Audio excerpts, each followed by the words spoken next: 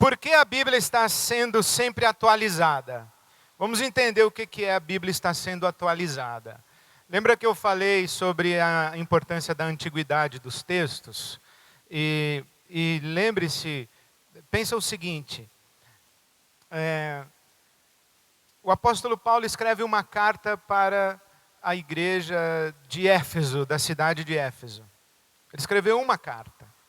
Então eles tinham um hábito muito interessante, eles reuniam os copistas. Eles reuniam um pessoal e um cara ia lá na frente, lia a carta em voz alta, ditando a carta do apóstolo Paulo, e eram feitas várias cópias que eram distribuídas, espalhadas e circulavam. Assim como muitos textos da Bíblia Sagrada foram assim distribuídos. Bom, à medida em que um manuscrito mais antigo é encontrado, os tradutores vão fazer essa análise. E é por isso que a Bíblia está constantemente sendo atualizada. Só que esse atualizado é adequando o texto ao manuscrito mais antigo. Então, por exemplo, tem uma cópia da carta do apóstolo Paulo datada de 127. Aí alguém encontra uma carta datada de 98. Então, os tradutores bíblicos vão usar aquele manuscrito de 98 e não mais o manuscrito de 127. Os textos mais antigos encontrados, os manuscritos mais antigos da Bíblia encontrados, foram encontrados no Egito, em Nag Hammadi, e também nas famosas cavernas de Qumran, os manuscritos chamados do Mar Morto. Foi a maior coleção de textos sagrados e mais antigos, tá bom?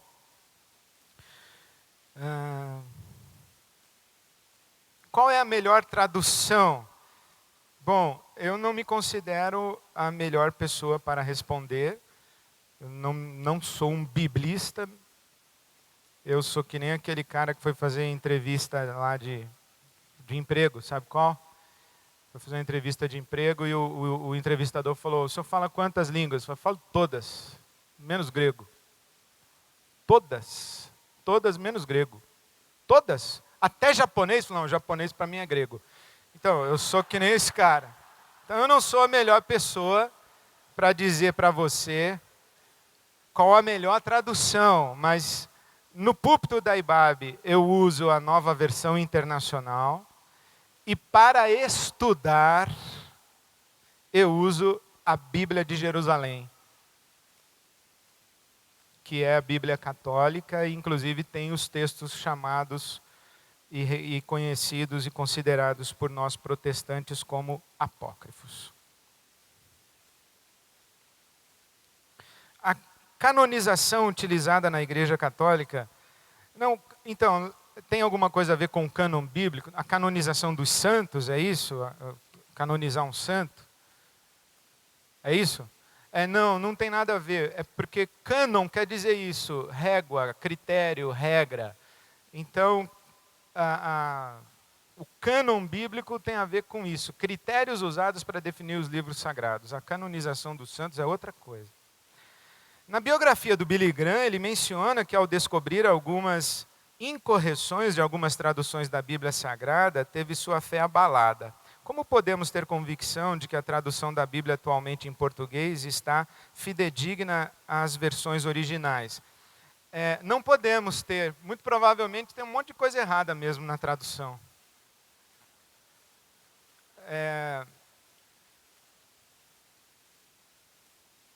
Não podemos ter, não.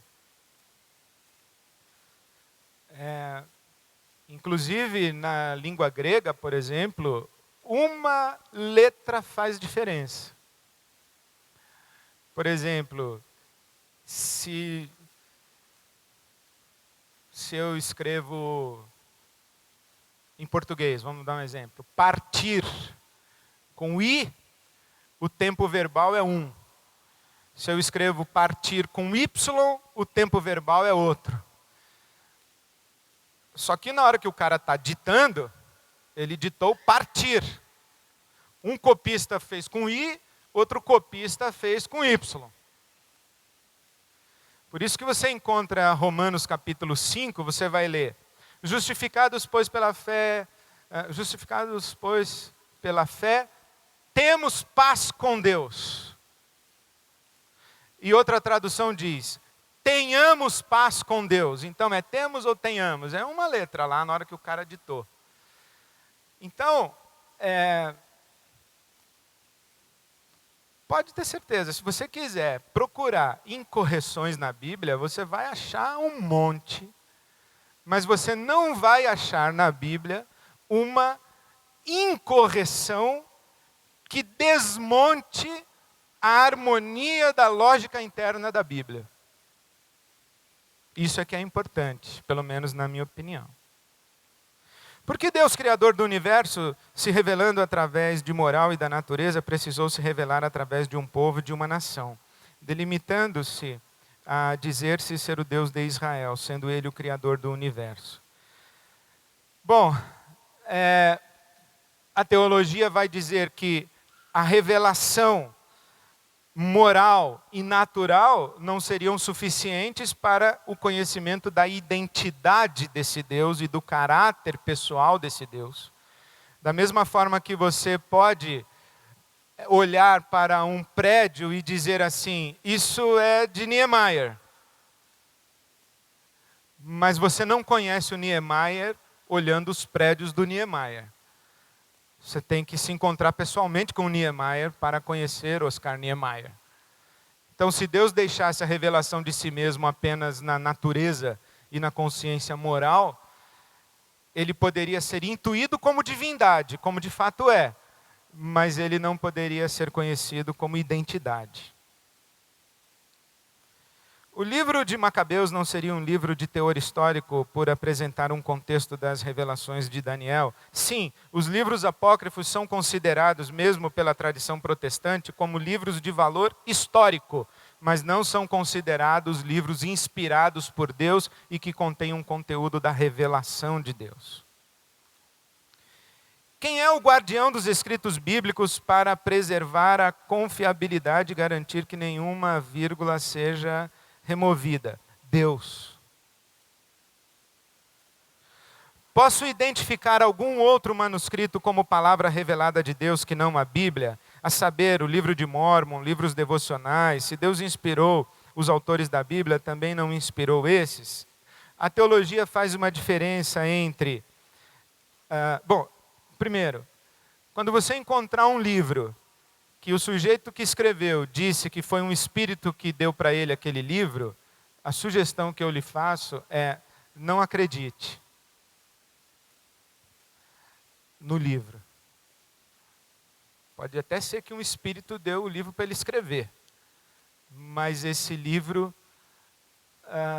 eu não reconheço o valor dele como um livro autoritativo, como o livro dos Mormons, o livro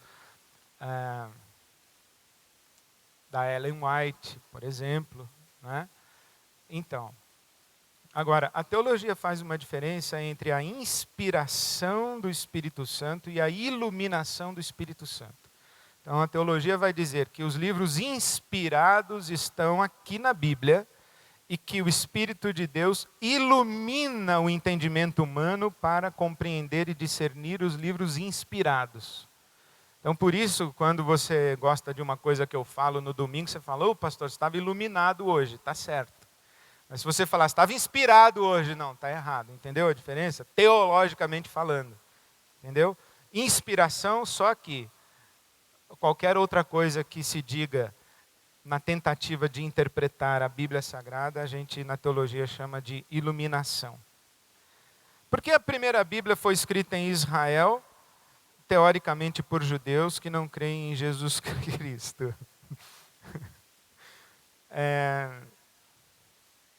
Eu queria fazer 2 comentários. 3. Bom, não esqueça, foi Deus escolheu se revelar a partir de um povo. Tinha que ser um. Se Deus quisesse, ou se Deus tivesse se revelado através dos brasileiros, essa pergunta seria: por que a Bíblia foi escrita pelos brasileiros que pulam carnaval? Torcem para o Corinthians. Então, essa é uma pergunta que, qualquer que fosse o povo, essa pergunta existiria. Tá certo? A segunda observação que eu faria é que, como aquele texto de Pedro que nós lemos, não necessariamente os caras que escreveram a Bíblia sabiam que estavam escrevendo a Bíblia. E terceiro, é que eu acho que nós, cristãos, precisamos rever a nossa postura a respeito de Israel e do povo hebreu, ou dos que nós chamamos de judeus. Nos dois sentidos, porque a igreja evangélica tem dois extremos na sua relação com o povo hebreu. O primeiro é de tietagem. Então tem pastor evangélico que usa talite, usa quipá, igreja evangélica com menorá. Isso é uma bobagem, na minha opinião. A menos que seja inserido na própria cultura judaica, uma igreja judaica messiânica. Aí faz até um sentido, mas eu fui criado, você entendeu? Então tem um extremo, tá certo? E o outro extremo é uma hostilidade. É uma hostilidade ao povo judeu, ao povo hebreu, né? E que nós devemos rever, porque já é tempo de nós entendermos que essa fala, que os judeus mataram Jesus, ela é razoavelmente verdadeira, porque quem matou Jesus mesmo foi você. Pode Deus ter permitido que fizesse parte da sua palavra revelada algo 100% produto da sabedoria humana, onde não houve a colaboração do Espírito Santo?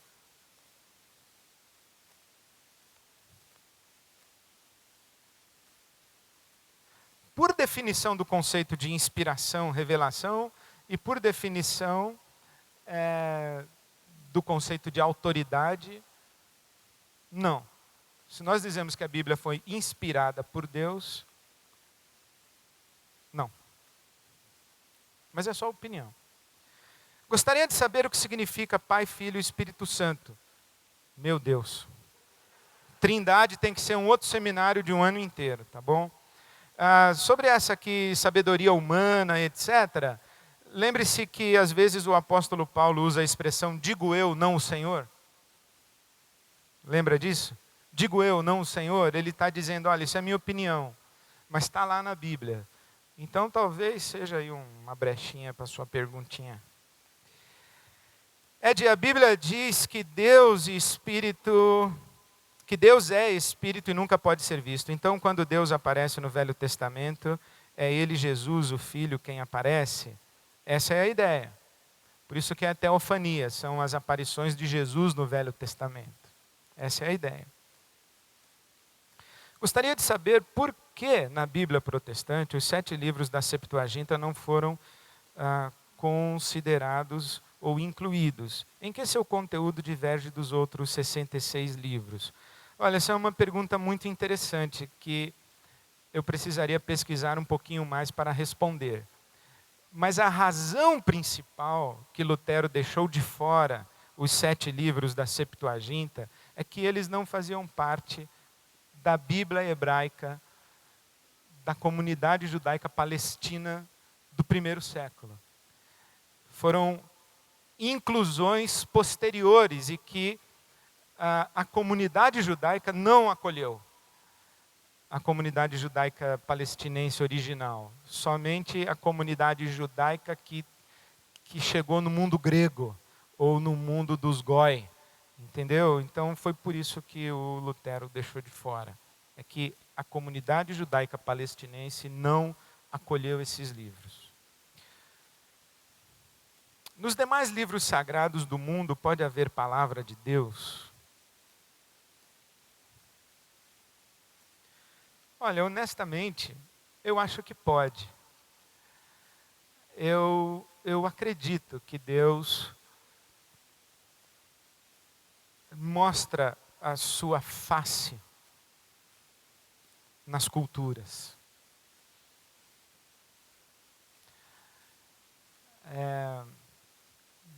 mas nenhum outro livro sagrado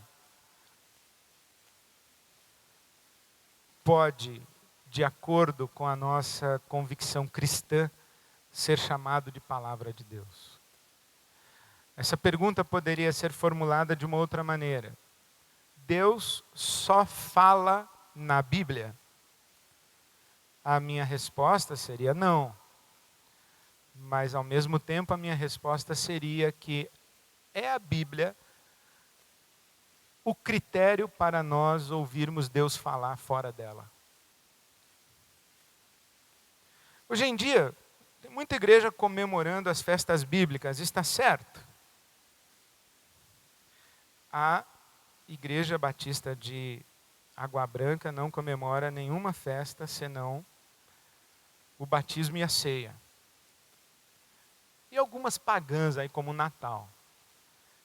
Mas tabernáculo, festa Pentecoste, etc., não. Eu acho que não faz sentido.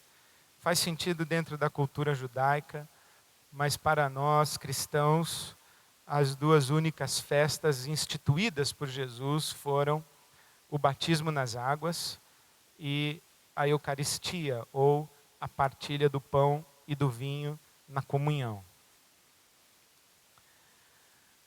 Por que as pessoas dizem no Novo Testamento pode, no Velho Testamento não podia? Por quê?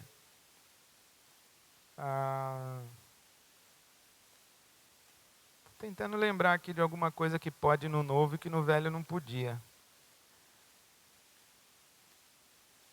Mas uma coisa é certa, né? Se é verdade, como nós cristãos acreditamos, que a revelação final ela vem em Jesus, tendo Deus outrora falado, hoje nos fala pelo Filho, e se o discernimento da compreensão da história de Israel e da revelação de Deus na história de Israel, ela acontece no derramar do Espírito, após a ressurreição de Jesus, o Novo Testamento tem primazia sobre o Antigo Testamento. Por isso que a gente não sacrifica ovelha, bode, a gente não faz um culto com sacrifício de animais.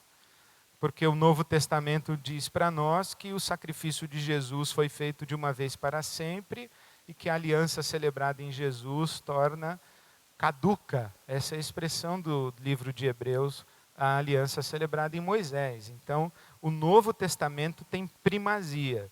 Se você quiser fazer um quadrinho simples, coloque na sua folha Velho Testamento, Novo Testamento.